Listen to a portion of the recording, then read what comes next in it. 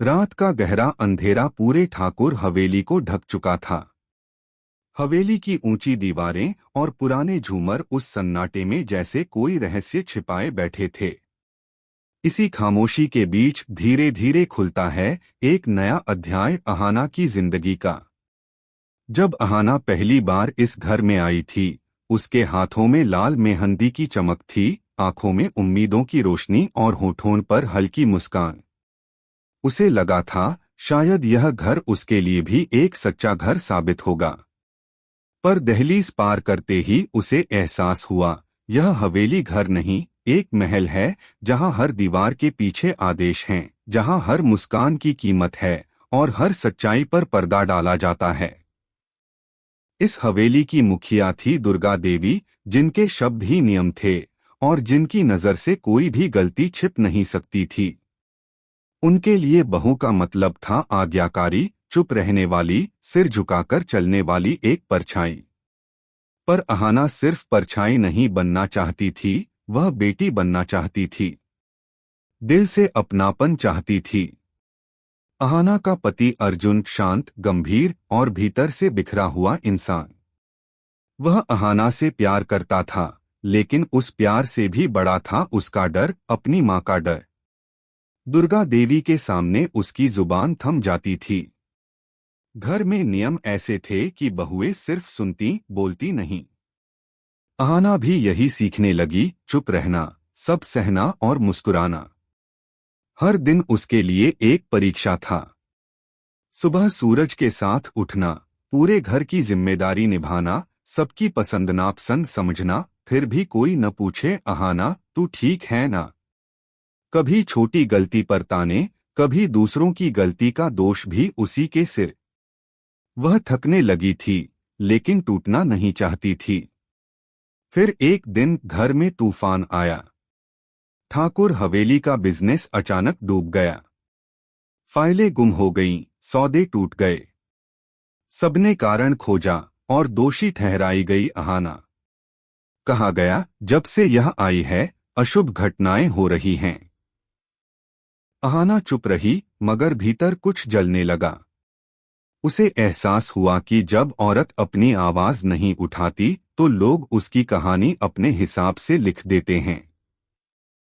उस रात अहाना अकेली मंदिर के सामने बैठी थी।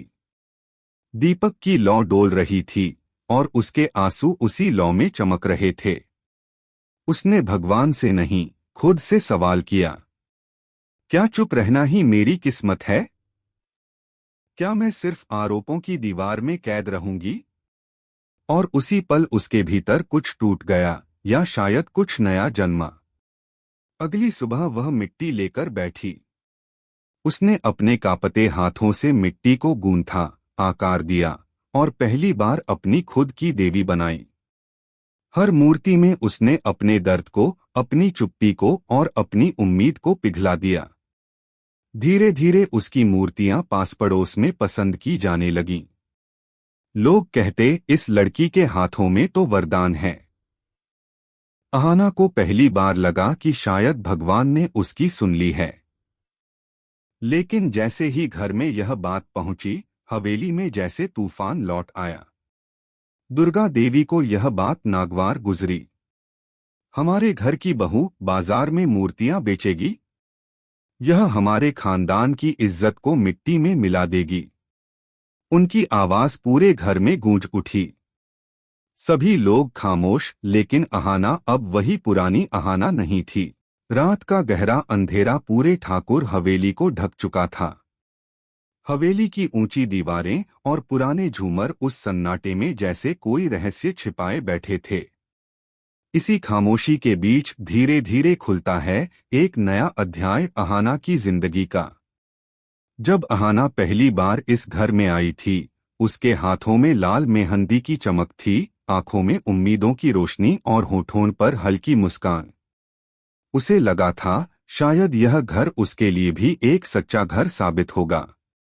पर दहलीज पार करते ही उसे एहसास हुआ, यह हवेली घर नहीं, एक महल है जहां हर दीवार के पीछे आदेश हैं, जहां हर मुस्कान की कीमत है और हर सच्चाई पर पर्दा डाला जाता है। इस हवेली की मुखिया थी दुर्गा देवी, जिनके शब्द ही नियम थे और जिनकी नजर से कोई भी गलती छिप नहीं सकती थी। उनके लिए बहू का मतलब था आज्ञाकारी, चुप रहने वाली, सिर झुकाकर चलने वाली एक परछाई। पर अहाना सिर्फ परछाई नहीं बनना चाहती थी, वह बेटी बनना चाहती थी। दिल से अपनापन चाहती थी। अहाना का पति अर्जुन शांत, गंभीर और भीतर से बिखरा हुआ इंसान। वह अहाना से प्यार करता था, लेकिन उस प्यार से भी बड़ा था उसका डर, अपनी मां का डर। दुर्गा देवी के सामने उसकी जुबान थम जाती थी। घर में नियम ऐसे थे कि बहुएं सिर्फ सुनती, बोलती नहीं। अहाना भी यही सीखने लगी, चुप रहना, सब सहना और मुस्कुराना। हर दिन उसके लिए एक परीक्षा था।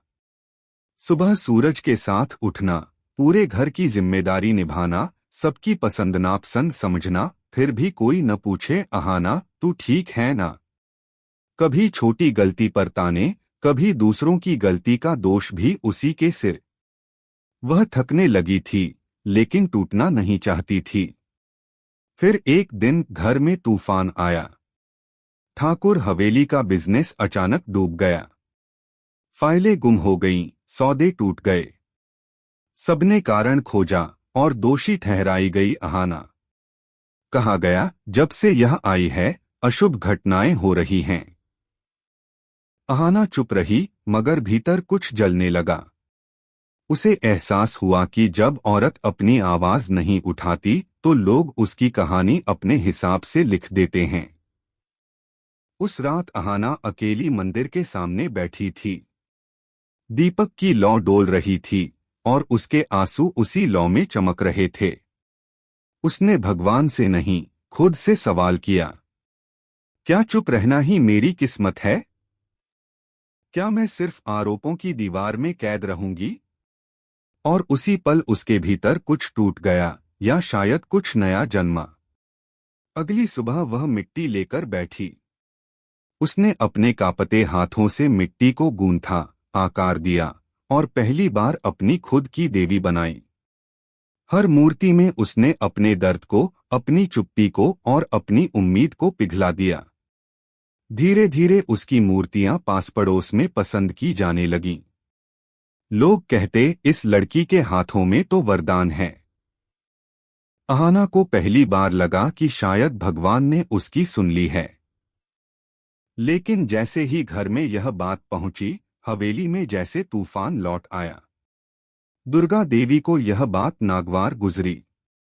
हमारे घर की बहू बाजार में मूर्तियां बेचेगी? यह हमारे खानदान की इज्जत को मिट्टी में मिला देगी। उनकी आवाज पूरे घर में गूंज उठी। सभी लोग खामोश, लेकिन अहाना अब वही पुरानी अहाना नहीं थी।